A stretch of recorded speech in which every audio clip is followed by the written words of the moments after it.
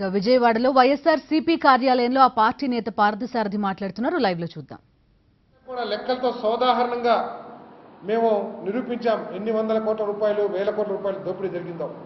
కనీసం ప్రభుత్వం తన పాలసీ మార్చే ముందు లేదా పాలసీ గురించి చర్చించే ముందు జరిగిన అవినీతిని బయటపెట్టడానికి కానీ జరిగిన అవినీతి సొమ్ముని లాగటానికి కానీ ప్రభుత్వానికి అందజేయడానికి కానీ ఏమన్నా కృషి చేసిందంటే ఏమీ లేదు. ఎందుకంటే ఆ అవినీతి సొమ్మంతా కూడా తెలుగుదేశం పార్టీ నాయకుల జేబుల్లోకి వెళ్ళింది కాబట్టి ఆ అవినీతిని బయట పెట్టడానికి ప్రభుత్వం ఎక్కడా కూడా మాట్లాడుకోకుండా ఏమీ జరగనట్టు మేమేదో ప్రజలకు ఉచితంగా ఇచ్చేస్తున్నామని చెప్పేసి చాలా గొప్పగా తెలుగుదేశం ప్రభుత్వం చెప్పుకుంటా ఉంది.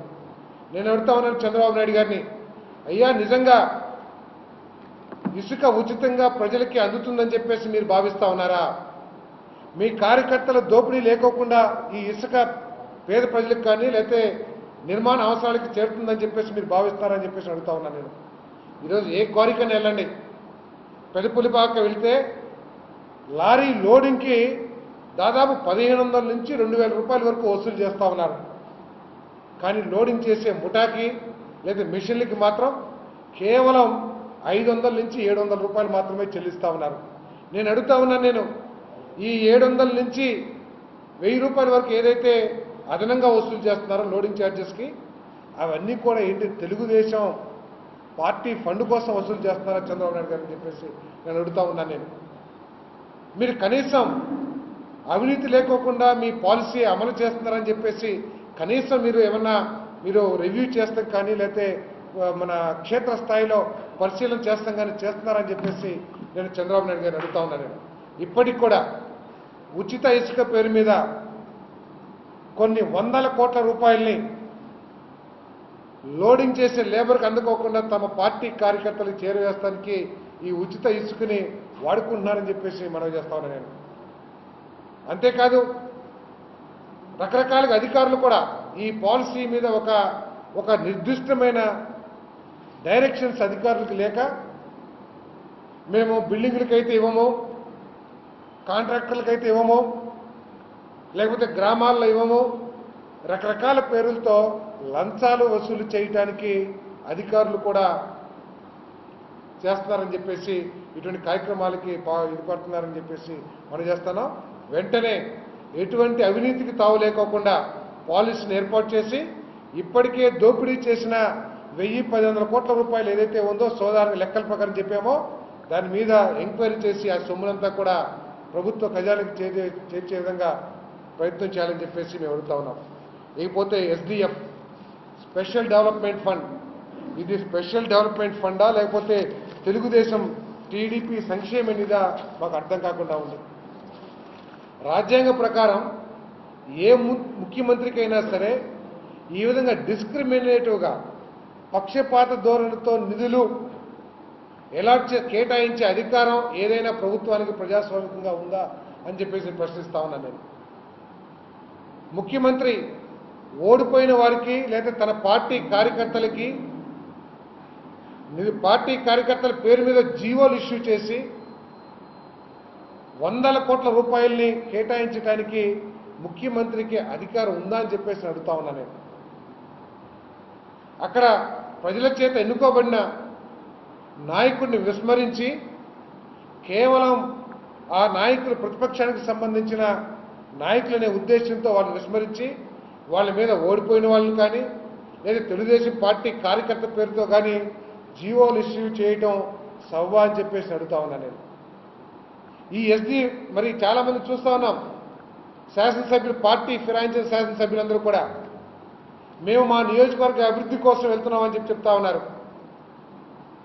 అదే శాసనసభ్యులు ఈ రాష్ట్రంలో అభివృద్ధి కొరవడింది, ఈ తెలుగుదేశం పార్టీలో ప్రభుత్వంలో ఎటువంటి అభివృద్ధి లేదని చెప్పిన నాయకులు మా నియోజకవర్గ అభివృద్ధి కోసం మేము పార్టీలు మారుతున్నామని చెప్తున్న గోడుపుటాన్ని వెనకాల కూడా ఈ SDFఏ కారణం అని చెప్పేసి మనం చేస్తా ఉన్నాం. మీరు పార్టీ మారితేనే మేము మీ నియోజకవర్గ అభివృద్ధికి నిధులు ఇస్తాము అని చెప్పేసి ఈ పక్షపాత ధోరణితో కేటాయించే నిధుల్ని వాడుకుంటున్నారని చెప్పేసి కూడా మేము మనం చేస్తా ఉన్నాం. వెంటనే గవర్నర్ గారు దీని మీద విచారణ చేసి ఈ పక్షపాత ధోరణితో కేటాయించిన నిధుల్ని నిలుపుదల చేయాలని అన్ని నియోజకవర్గాలకు కూడా రాష్ట్ర వ్యాప్తంగా ఉన్న ప్రజలందరికీ కూడా అభివృద్ధిని సమానంగా పంపిణీ చేయాలని చెప్పేసి కోరుతా ఉన్నాం. అందరికీ సమానంగా పంచి పైగా ఏదైనా అక్కడక్కడ పరిస్థితులను బట్టి ఏదైనా అత్యవసర పరిస్థితులు ఉంటే కేటాయించవచ్చు, కానీ కేవలం వాళ్ళ పార్టీ కార్యకర్తల పేరు మీద జీవోలు ఇష్యూ చేసి ఇవ్వటం అనేది చాలా దారుణం అని చెప్పేసి మనం చేస్తా ఉన్నాం. అంతేకాదు అవినీతి గురించి జగన్మోహన్ రెడ్డి గారు వైఎస్ఆర్ కాంగ్రెస్ పార్టీ ఈ రాష్ట్రంలో జరుగుతున్న అవినీతి గురించి, ఈ రాష్ట్రంలో స్వతంత్రం వచ్చిన తర్వాత ఎప్పుడు లేని హైట్స్కి అవినీతి చేరిందని చెప్పేసి ప్రతిపక్షం చెబితే, ప్రతిపక్షం చెబుతున్న విషయాల్ని కనీసం పరిశీలించి వాస్తవాలెంతో కూడా తెలుసుకుంటానికి ప్రయత్నం చేయని ప్రభుత్వం ఎంతసేపు జగన్మోహన్ రెడ్డి గారిని వ్యక్తిగతంగా నీకు సబ్జెక్ట్ తెలీదు, నీకు అసలు చట్టాలు తెలుసా, నీకు అసలు ఎక్స్పీరియన్స్ ఉందా, నీకు అసలు పరిణతి ఉందా అని చెప్పేసి ఎద్దేవా చేసే ముఖ్యమంత్రి గారికి కొన్ని పత్రికల్లో వచ్చినాయి. నా ఇష్టం, నా రాజ్యం, నా ఇష్టం, ఏ విధంగా దోపిడీ చేస్తుందో, కాంట్రాక్ట్ అవుట్సోర్సింగ్ పోస్టుల అమ్మకాలు, ఇసుక మద్యం వ్యాపారం నుంచి వసూళ్లు, కాంట్రాక్టుల్లో కమిషన్లు, సివిల్ సెటిల్మెంట్లు, ప్రజాసేవ మరిచి పైరీవీల ముచ్చట్లు, పెట్టుబడి వసూళ్లతో తలమునకలు. ఇది ఏదైనా వేరే పత్రికలు రాస్తే ఇదంతా కూడా YSR Congress party hand paper అని చెప్పేవాళ్ళు. ఈరోజు అడుగుతా ఉన్నాం, దీనికి సమాధానం చెప్తారా చంద్రబాబు నాయుడు గారు అని చెప్పేసి మనం చేస్తాం. చెప్పలేకపోవచ్చు, ఎందుకంటే తన పరిపాలన కూడా ఈ విధంగానే ఉంది. రాష్ట్ర స్థాయిలో, నియోజకవర్గ స్థాయిలో ఈ పేపర్లో చెప్పినట్టుంటే రాష్ట్ర స్థాయిలో కూడా ఇదే పద్ధతిలో నడుస్తూ ఉంది చంద్రబాబు నాయుడు గారి ప్రభుత్వం.